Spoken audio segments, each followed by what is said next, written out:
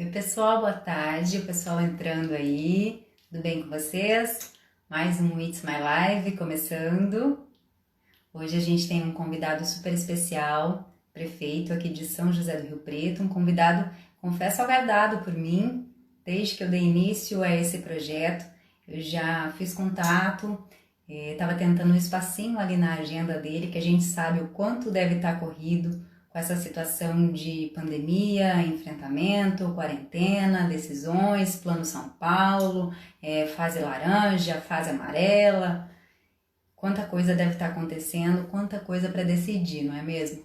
Então, desde que eu comecei com esse projeto, quase 2 meses atrás já, eu já fiz contato com o pessoal da assessoria do prefeito aqui de São José do Rio Preto, tentando aí uma agenda para trazê-lo aqui no It's My Live, para ele conversar um pouquinho com a gente, falar sobre as dificuldades, sobre como tem sido o plano, não é, de retomada, o que tem acontecido, as reuniões, o que tem sido discutido, tudo que envolve aí o interesse da população. Eu até, desde que eu coloquei o anúncio de que o prefeito viria hoje, muitas pessoas perguntando sobre o concurso do ano passado, muita gente mesmo, eu fiquei até impressionada. Imaginei que boa parte das perguntas seriam a respeito de abertura do comércio, de como é que está a situação dos hospitais aqui na cidade, mas muita gente ansiosa, muita gente aflita, querendo saber o que vai acontecer com relação a esse concurso do ano passado, que, pelo que as pessoas disseram aí no post, não foi homologado, e aí eles têm medo, receio de perder o direito, não é? As pessoas que passaram, alguns profissionais da área da saúde, acreditando que poderiam aí já estar contribuindo nesse momento tão difícil que a gente está vivendo, que a gente está enfrentando, querendo ou não, de uma forma ou de outra, todos nós fomos atingidos por conta dessa Covid-19, aqueles que ficaram com mais medo, os que ficaram com menos medo, todo mundo teve a vida modificada a partir dessa pandemia, com toda certeza. Aí eu quero aproveitar esse tempinho aqui que a gente está antes de começar a nossa entrevista propriamente dita, para convidar você a se inscrever também no meu canal no YouTube. É o Mel Alcântara. Vá lá, faça a sua inscrição, ativa o sininho para receber as notificações de quando tem vídeo novo. Todos os vídeos, todas as entrevistas que eu tenho feito aqui no It's My Live, eu tô colocando lá no canal do YouTube. A última entrevista que a gente fez, que foi com o Dr. Diogo Reis, quem acompanhou viu que deu um probleminha aí, a gente não conseguia colocar os dois na tela. Aí até agora eu não consegui colocar aqui esse vídeo, essa entrevista aqui no meu Instagram. Mas lá no YouTube já está a entrevista completa para você saber um pouquinho mais dessa questão das eleições, tudo que envolve esse possível adiamento, não é, das eleições municipais. A gente sabe que o Senado já aprovou, agora o projeto segue para a Câmara. E com relação a projeto, deixa eu só ver aqui se meu entrevistado já está ok.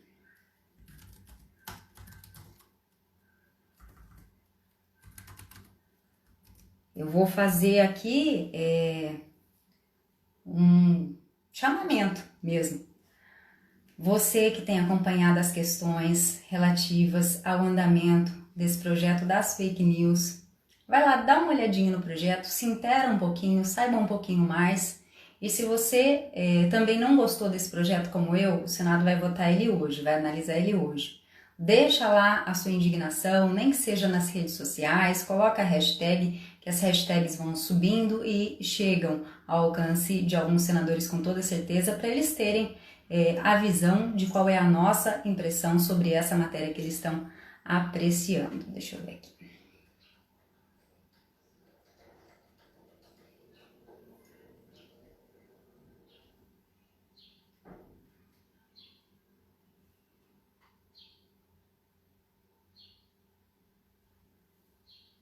Estou mandando aqui o convite para o prefeito Edinho Araújo. Deixa eu ver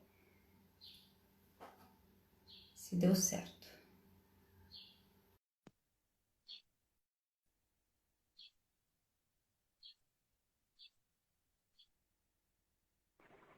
prefeito. Olá, prefeito, boa tarde. Muito obrigada, viu, por ter aceitado estar aqui nesse bate-papo conosco, trazer aí as informações da nossa cidade, a nossa querida cidade, que a gente está, vou dizer, até com saudade dela, que a gente não está podendo desfrutar da maneira como a gente gostaria. Boa tarde, Melissa. É verdade. Parece-me que a rua não vai ser a mesma, né? Tudo vai mudar, agora é o novo normal. Mas Rio Preto, se Deus quiser, vai sair na frente. Pela sua estrutura, por tudo que nós construímos ao longo de todo esse período. Rio Preto vai se preparando. Se Deus quiser, nós vamos sair dessa. Quero te cumprimentar por essa oportunidade que eu tenho de falar com você e com todos aqueles que te acompanham. Eu vou Você está falar me ouvindo só o bem? Você áudio. está me ouvindo bem? Não, eu ia reclamar justamente do áudio. Eu Sei. entendo, mas não está Então eu vou limpinho o áudio, tentar não. falar um pouco mais alto. E agora? Será que eu Agora vou está. desligar o ar-condicionado? Vamos ver, desliguei o ar. Agora melhorou? Melhorou Melhorou? bastante, Vamos ver se eu prefeito. aqui mais próximo aqui. É, E a agora? máscara atrapalha um pouquinho, né? E É. agora? E agora? Tá melhor? Não, agora tá perfeito. Tá perfeito. Então tá bom. Ficamos assim. Prefeito, eu gostaria de começar com a seguinte situação. Eu vejo que muitas pessoas estão realmente com muito medo, têm uma dificuldade de retomar até atividades que são essenciais, como ir ao supermercado, ir à farmácia, elas têm dificuldade nas coisas básicas. Por outro lado, muita gente quer que volte à normalidade que seja possível, com todos os cuidados, com as restrições que forem aí cabíveis, com o uso de máscaras e tudo mais. O senhor avalia esse 2020, o ano mais difícil da sua vida como gestor público? Sem sombra de dúvida, Melissa, sem sombra de dúvida, um ano atípico, ninguém tem know-how, ninguém tem experiência, é a primeira vez que nós estamos vivendo, não sei se vamos, espero que não, ter uma experiência semelhante a esta, né? Por isso nós temos que nos adaptarmos, temos que procurar conversar, é o diálogo permanente, e todos nós queremos que a vida volte ao normal. Eu fico imaginando, né, a gente retomar isso o mais rapidamente possível. Eu sonho com isso, para você ter uma ideia. Agora, jamais imaginei, porque ao longo da minha vida pública, você acaba de se referir, quase 50 anos que eu estou nessa vida pública, comecei em 1972, precisamente há 48 anos, tenho 11 mandatos consecutivos, não quero me gabar disso, sou um aprendiz da política, mas poucos, acho que não tem 5 políticos do Brasil que tenha essa carreira de 11 eleições consecutivas. Agora, eu sou um aprendiz da política e principalmente nesse tema pandemia, coronavírus, Covid-19. Agora, nós precisamos exatamente nos prepararmos, né, para voltarmos à normalidade de forma bem fundamentada e sustentada. Eu jamais imaginei que eu pudesse alguém chegar e pedir para mim assim, pelo amor de Deus, prefeito, eu quero trabalhar. Olha só que situação que eu já me encontrei. A vida inteira, as pessoas pedindo oportunidade de emprego, né? Buscando emprego. E agora, você, não que eu não sou, eu não inventei esse vírus, tá certo? Ninguém criou, ninguém gostaria de ter esse vírus. Agora, ele aconteceu, então o que eu tenho procurado fazer? Sobre a ótica da administração pública. Eu não quero que ninguém fique desassistido. Essa a questão. Eu não quero que o sistema de saúde entre em colapso. Agora, ontem, ainda participando, 2 dias atrás, nós estamos com falta de remédios que são importantes no momento da utilização dos respiradores. Tá certo? Isso está acontecendo, e aí eu soube que essa carência, essa falta é mundial. Não é de Rio Preto, não é da região, não é de São Paulo, não é só do Brasil. Para você ter uma ideia, como é que esse vírus nos pegou a todos, de surpresa e nós temos que administrar essa situação. Então, eu quero, primeiramente, aí nós seguimos uma orientação, temos um plano no estado de São Paulo, né? Eu tenho minhas competências limitadas, eu não posso mandar abrir aquilo que o governo do estado mandou fechar, eu posso restringir ainda mais. Então, é isso, por isso que eu não tenho, quase todos os prefeitos, tentaram alguns, eu não vou dizer todos, mas alguns jogar para a plateia. Não me cabe fazer isso com a experiência e com a maturidade política que tenho. Eu tenho que fazer aquilo que é o melhor. E aí, nesse momento em que nós não temos experiência, você tem que estar acompanhado da ciência, você tem que estar acompanhado daqueles que pesquisam, daqueles que estão realmente, que são mais conhecedores, como é o caso da Organização Mundial de Saúde e de um colegiado de cientistas e de acadêmicos que nós temos em São Paulo e no Brasil. E, prefeito, qual a avaliação que o senhor faz dessa decisão do Supremo que deu mais autonomia para governadores e prefeitos? E mesmo essa autonomia do prefeito, como o senhor disse, ela é meio que limitada ao que preconiza o governo do estado. Então, nesse cenário todo, qual a avaliação que o senhor faz? Bom, o que o Supremo decidiu, Melissa, foi exatamente estabelecer que há três entes da federação, né? A União, os estados e os municípios. Então, ficou muito evidente que o município é um ente da federação.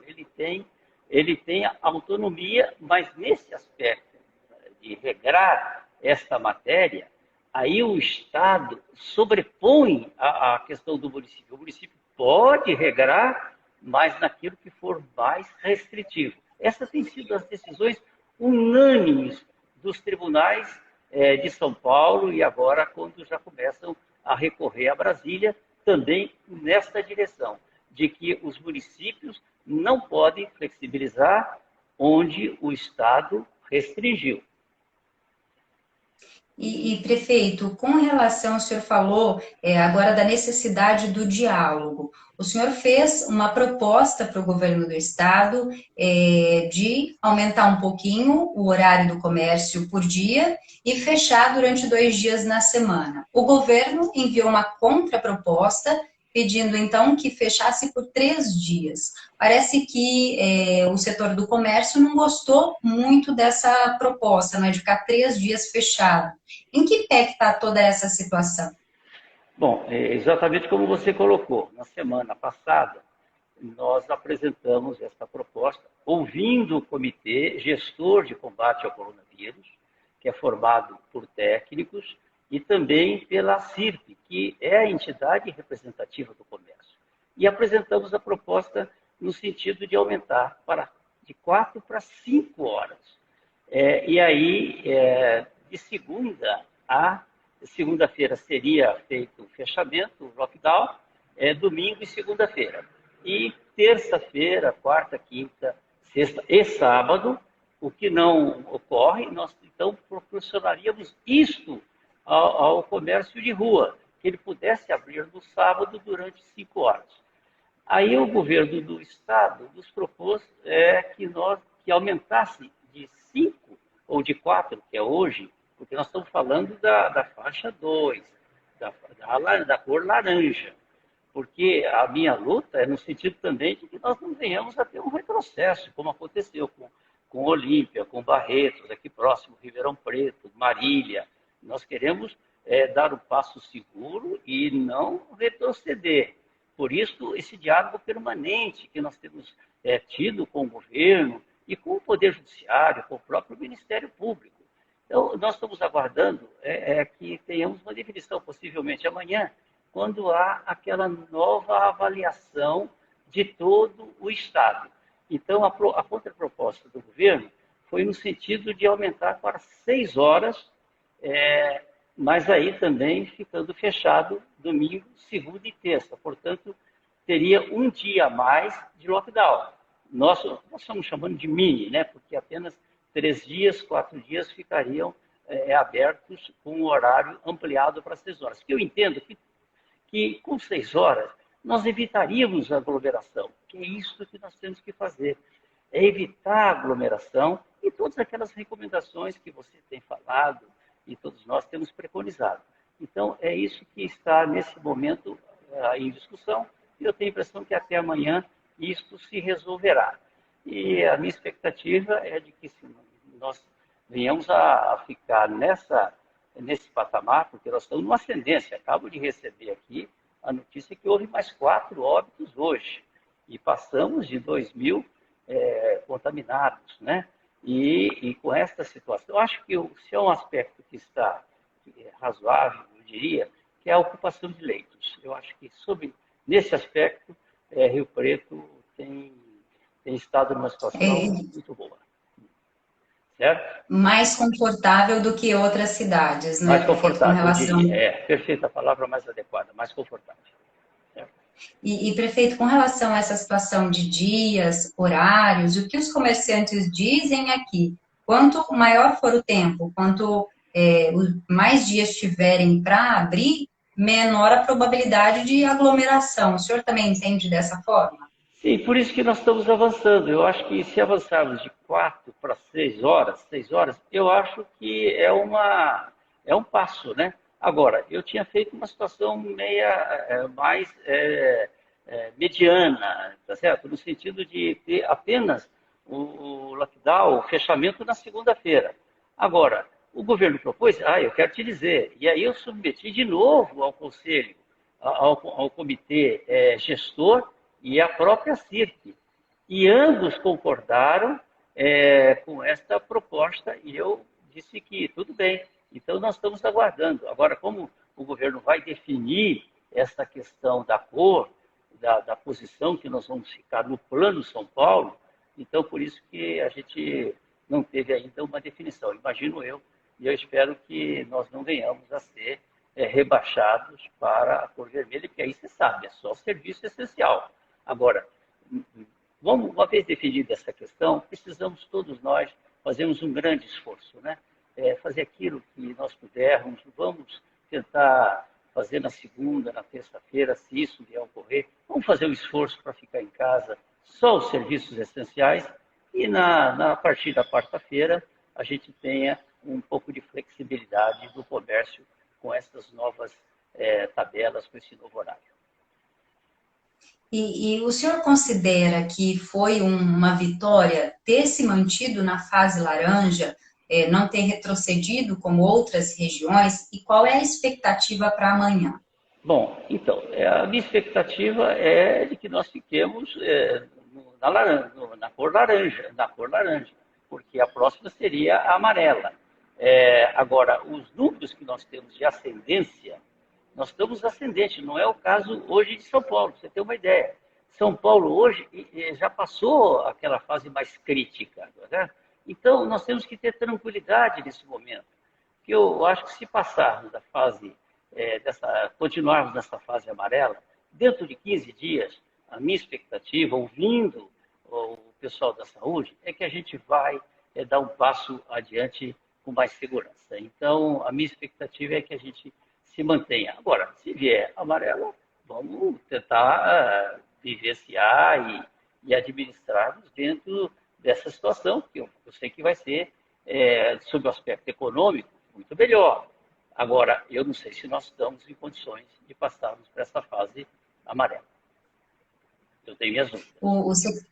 O secretário de Saúde disse durante a audiência na Câmara que acredita que ainda vá um mês até que Rio Preto atinja aí o pico e a gente comece a ficar mais tranquilo com relação à contaminação do vírus. Eu estava sendo um pouco mais otimista, né? Eu estava pensando uns 15, 20 dias, mas eu me louvo sempre na opinião dos técnicos, dos profissionais. Se o secretário Aldenes disse isso, que só daqui a 30 dias, ele tem muito mais elementos, muito mais base do que eu, que sou um clínico geral, né? E qual a opinião geral do senhor sobre o Plano São Paulo? Olha, primeiro, eu acho que é uma fórmula, né, de você combater. E isso foi feito com muito estudo. Se você olhar as pessoas que participaram desde a sua formulação e agora no acompanhamento, são pessoas brilhantes, idôneas, conhecedoras, mas que utilizou muito do que aconteceu lá na Europa, na Ásia, tá certo? Realmente um resultado de um aprendizado. E eu acho que São Paulo tem um plano. E nós esperamos que São Paulo, que foi pico, né, no mês de abril, no mês de maio, já começa a sair e o vírus vem caminhando, né? Você vê que os números indicam que o interior de São Paulo, o interior do Brasil começa a superar a capital e o próprio litoral.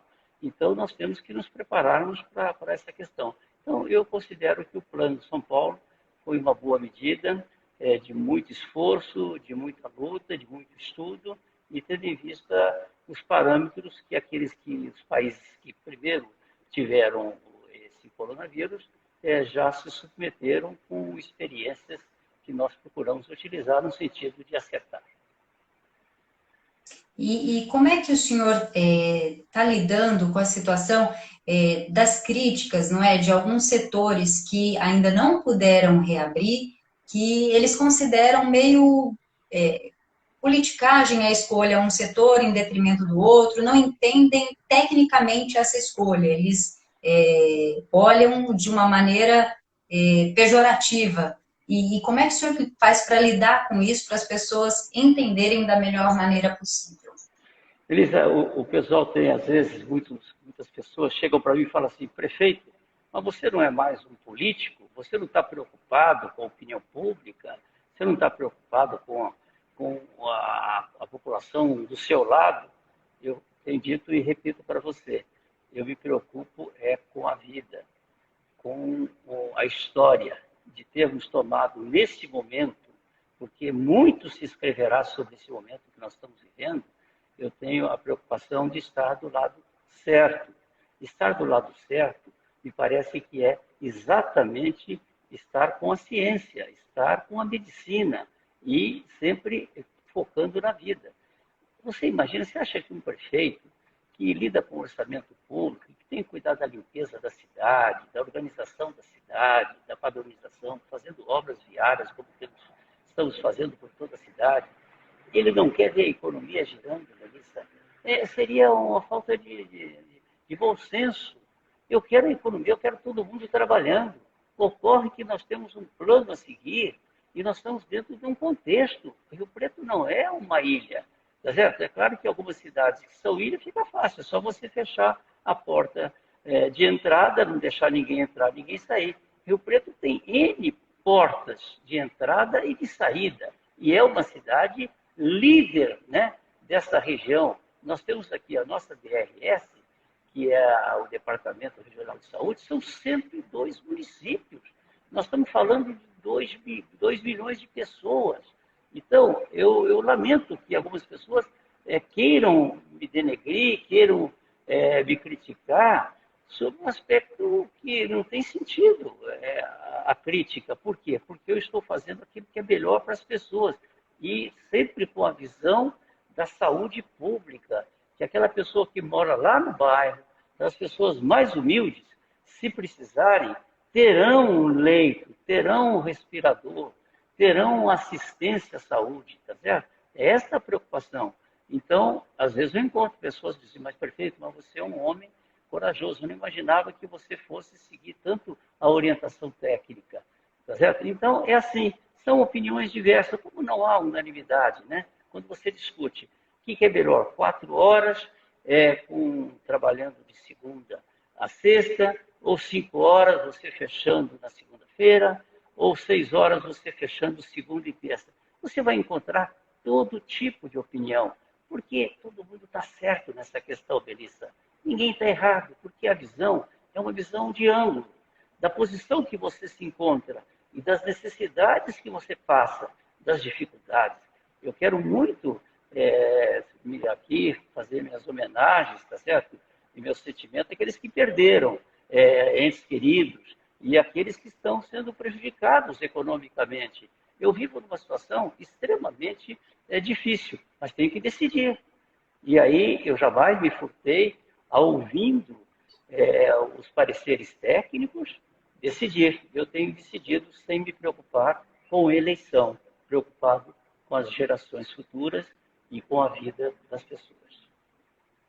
O senhor falou em obras, movimentar a economia. Algumas pessoas estão questionando até essa situação das obras, que Rio Preto tem várias obras em andamento, algumas já foram entregues até nesse período. Aí as pessoas relatam que esse recurso, essa energia, não deveria ser toda empregada para o enfrentamento à pandemia? Olha, aí é um grande, eu quero dizer que é um grande equívoco das pessoas que pensam dessa forma, porque você tem recursos que são recursos destinados àquela finalidade. Você fez financiamento para obras públicas, você tem uma participação, um convênio para fazer uma unidade de saúde, às vezes uma escola, às vezes um viaduto. As obras que nós estamos realizando, e aí deve se referir ao anel viário. O anel viário é uma obra importantíssima. Rio Preto é uma das cidades que mais tem veículos per capita no Brasil. E nós estamos abrindo a cidade desde o meu primeiro governo, não sei se você vai se lembrar. Eu sempre procurei fazer aquele quilômetro 44, ali na Washington Luiz, na SP 310, que vai para Mirassol, quilômetro 444, que acessa toda a região norte, e tantas outras obras que nós fizemos e que estamos construindo, esse anel viário, juntamente com a BR-153, então são obras com recursos destinados, recursos específicos. Não tem faltado recurso para o combate à Covid-19.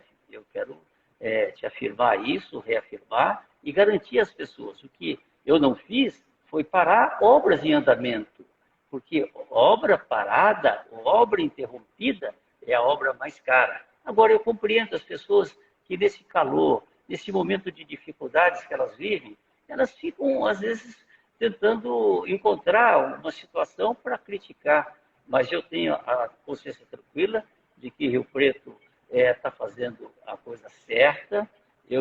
Sempre gostei de ver uma cidade bonita, tá certo? Nós estamos reformando o Mercadão, vai ser o melhor Mercadão do Brasil. O centro da cidade, as pessoas que perderam, estão perdendo alguma venda agora, com certeza depois de outubro, novembro, com aquele centro, eu já visualizo como vai ficar o centro de Rio Preto, as pessoas vão recuperar um pouco. A Casa da Cultura, que era uma situação deplorável, está pronta, mas nada disso está podendo funcionar na sua plenitude. Mas nós temos que ter a paciência, nós estamos preparando. Vamos agora abrir uma licitação para o Teatro Municipal, as vias públicas, os mini-terminais. Não paralisamos uma obra sequer. Procuramos consertar eventual projeto que estivesse errado, sempre procurando o melhor. Não tem uma obra, não tem uma cidade no Brasil que esteja tão preparada para enfrentar os seus desafios. Com certeza, Rio Preto, que tem saneamento. Você vê, o Congresso Nacional, você ainda há pouco dizia de matérias que estão sendo discutidas no Congresso Nacional. Ontem, o Senado aprovou o regramento para o saneamento básico, porque se constatou, e esta pandemia, tem um detalhe interessante, ela revelou muito da realidade brasileira e revelou quantas pessoas não têm água potável. Fala para as pessoas lavarem as mãos, mas não tem água potável para beber. E sabe quantos são? Mais de 35 milhões de pessoas não têm água potável para beber. Esgoto afastado e tratado, são mais de 100 milhões de pessoas. E qual é a posição de Rio Preto? Todos esses problemas resolvidos. Água potável, desde o meu primeiro mandato, que foi de 2001 a 2004. Esgoto tratado, no segundo mandato, de 2004 a 2008. Então, nós sempre estivemos à frente, preocupados, porque saneamento básico é saúde. Isso, tá certo? Contribui para que as pessoas não tenham uma situação que favoreça ao vírus. Então, saneamento básico é saúde. Isso tem sido revelado com a pandemia e Rio Preto está à frente e eu, graças a Deus, tenho tido uma contribuição nesse aspecto também. E aproveitando que o senhor falou sobre essa questão do saneamento, aqui em Rio Preto, anos atrás, pelo menos muito se falava dos loteamentos clandestinos, que ali sim tinham uma situação precária com relação a esgoto e tudo mais. Hoje, qual é a realidade de Rio Preto com relação a esses loteamentos? Bom, no meu governo, desde 2001 a 2004, 2004 a 2008 e até agora, não se criou, não se instalou, não se realizou nenhum loteamento irregular. Eu tenho combatido isso, procurado legalizar esses loteamentos e levar a infraestrutura dentro do possível. Por isso que nós não temos 100% de tratamento de esgoto, exatamente porque temos esses loteamentos que foram loteamentos que se construíram, se criaram nos anos 80, nos anos 90, o terreno não tinha a facilidade que tem hoje, porque hoje, Melissa, um loteamento, para aprovar um loteamento aqui na prefeitura, tem que fazer pavimentação, tem que ter a questão da água, a questão do afastamento, do tratamento do esgoto, a via pública. Eu exijo escola, exijo UBS, como estamos fazendo. Ali, no Fraternidade, estamos construindo uma UBS e uma escola. Tinha um conjunto de mais de 1.000 casas.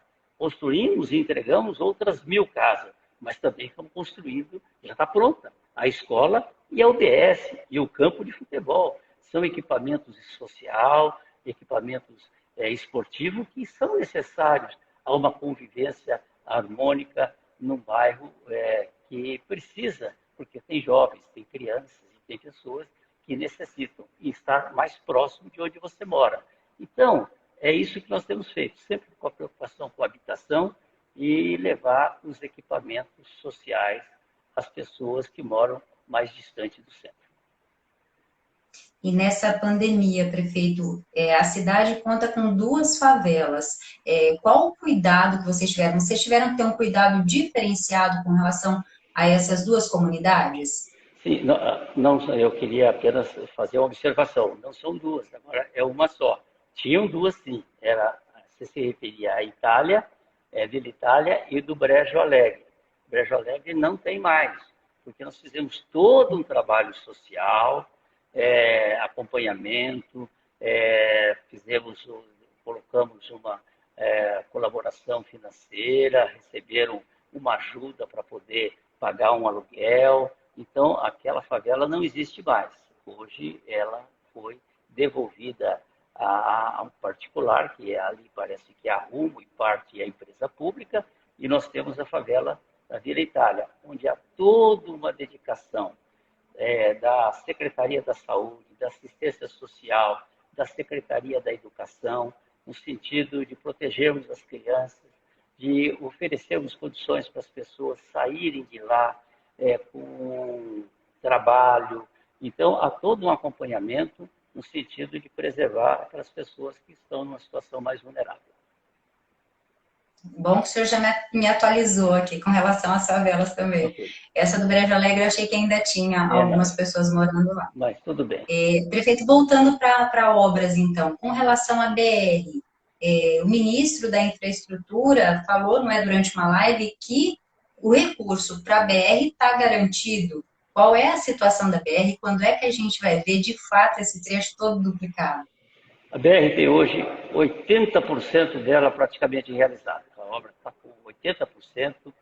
Foi uma luta imensa, Melissa. Você não tem ideia o quanto eu tenho procurado me envolver com essas grandes questões, porque eu estou convencido de que ao poder público cabe levar a infraestrutura.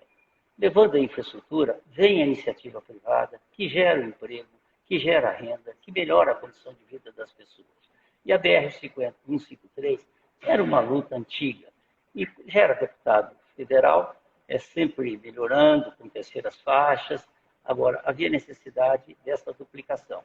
E quando o presidente da República esteve aqui, e aí eu era deputado federal em 2016, deixei para o ano de 2017 100 milhões no orçamento, o que propiciou o avanço considerável em 2016, 2017, 2018, e o ano passado foi um ano que tivemos muitas dificuldades. A obra jamais paralisou no meu governo.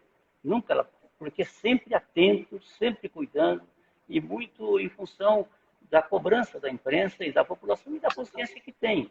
Porque essa obra significa ter 14 viadutos, para você ter uma ideia, 8 passarelas. Isso tem sido, isso vai, já está, olha, ali na Anísio Haddad, na Zé Munia, quantos outros acessos a cidade ganhou, ali na Mochide Once, na Senhorine, ali agora vai ter na Escobar, o grande trevo de Talhado. Essa semana nós abrimos ali aquele antigo trevo da morte, o trevo da morte que era a Nossa Senhora da Paz, né? Tanto a Coutinho Cavalcante como a Nossa Senhora da Paz hoje está indo e voltando, tá certo? Acesso ao bairro, acesso ao centro da cidade. Então a BR-153 será uma realidade. Nós tivemos essa participação numa live com o LIDE de diversas regiões do país, e nós abordamos o ministro sobre essa questão e ele garantiu que não faltarão recursos e que a obra vai ser concluída até o final do ano. E eu estou muito esperançoso de que isso vai se concretizar juntamente com a população e tenho absoluta certeza do que isso significa, somando-se ao anel viário, que vai interligar, porque fiz o anel viário, onde nós vamos ter 35 quilômetros de vias públicas contornando a cidade, praticamente no meio da cidade, e interligando com a SP-310, com a BR-153, em sintonia, e esses 35 quilômetros, nós estamos fazendo 13 quilômetros, que são exatamente nas bacias, porque já grande parte já existia, eram os linhões, mas eles eram seccionados, e isso impossibilitava da gente fazer uma circulação de ônibus perimetral. Hoje é feito de forma radial, do bairro ao centro, do centro ao bairro. E nós vamos interligar. E para as pessoas também, com certeza, vai facilitar muito a vida das pessoas. Eu ando a cidade, acabei de chegar, rodei 2 horas da cidade. Essa hora, para você ter uma ideia, você não tem ideia o que é em todas as regiões, em todos os bairros da cidade. E eu percebo o quanto esse anel viário vai facilitar. De que forma? A pessoa vai economizar tempo e vai economizar dinheiro, porque o anel viário vai dar mais segurança e vai tornar o trecho que ele utiliza, que é da sua casa ao trabalho, mais curto e de forma mais segura. Prefeito, desde que eu divulguei a nossa live, eu fiquei impressionada com a quantidade de pessoas perguntando do concurso do ano passado. Se vai haver a homologação, como é que está essa situação, o que vai acontecer, se o direito deles está garantido ou não. O que o senhor tem a dizer sobre esse concurso do ano passado? Bom, nós ficamos todos pegos de surpresa com a pandemia, com o país debaixo de um estado de calamidade pública. O estado, o país e o município. E isso nos limitou em muitas situações, porque nós temos que obedecer à lei. E o Tribunal de Contas, a legislação, e agora uma legislação federal, tudo isso nos impede. Eu fiz o concurso, Melissa, eu queria contratar essas pessoas, queria que essas pessoas estivessem na sala de aula, tá certo? Agora, o que aconteceu? Veio a pandemia, a legislação, a orientação do Tribunal de Contas, eu fico amarrado. Por mais que eu queira, eu não posso, eu estou impedido, porque eu tenho que cumprir a lei, sob pena de uma responsabilidade e de trazer consequências para mim e para essas pessoas. Então, é difícil, não é fácil essa situação, mas é isso que está acontecendo. Agora, se houver uma oportunidade, eu espero muito que eu possa concretizar esse trabalho, consolidar essa situação. É aflitiva, é realmente angustiante. E eu vivo essa angústia e essa aflição, e as pessoas sabem disso. Agora, eu não fico jogando para a plateia, eu não fico falando de forma irresponsável. Eu tenho a obrigação de ser responsável, justo e legal. Prefeito, para a gente encerrar, eu sei que o senhor agora tem um outro compromisso, uma grande alegria e uma grande frustração para esse momento. Olha, a grande alegria é a gente poder servir essa cidade. Eu tenho o maior prazer de ser prefeito. Eu vibro com o Rio Preto a todo momento, né? E poder contribuir para que ela possa continuar sendo essa cidade de referência nacional, né?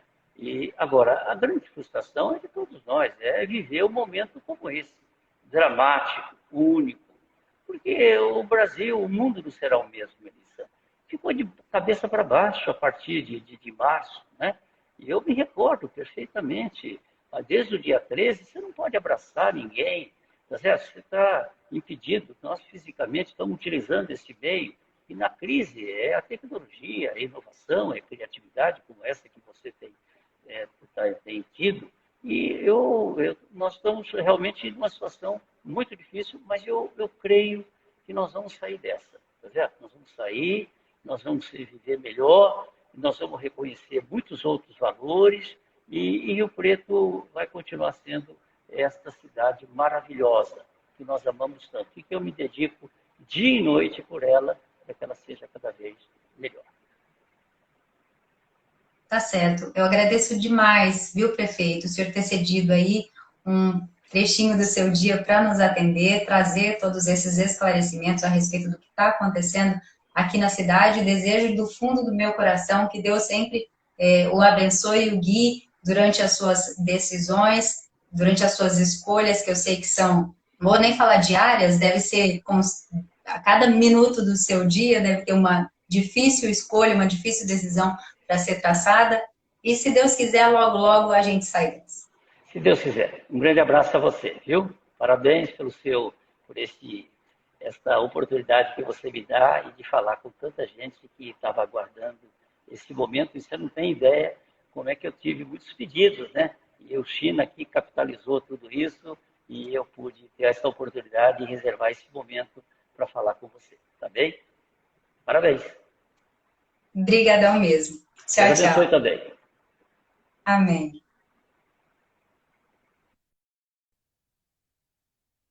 Pois é, acabamos de conversar aqui com o prefeito de São José do Rio Preto, que trouxe aí alguns esclarecimentos, não é, sobre a atual situação, a expectativa com relação ao que vai acontecer daqui para frente.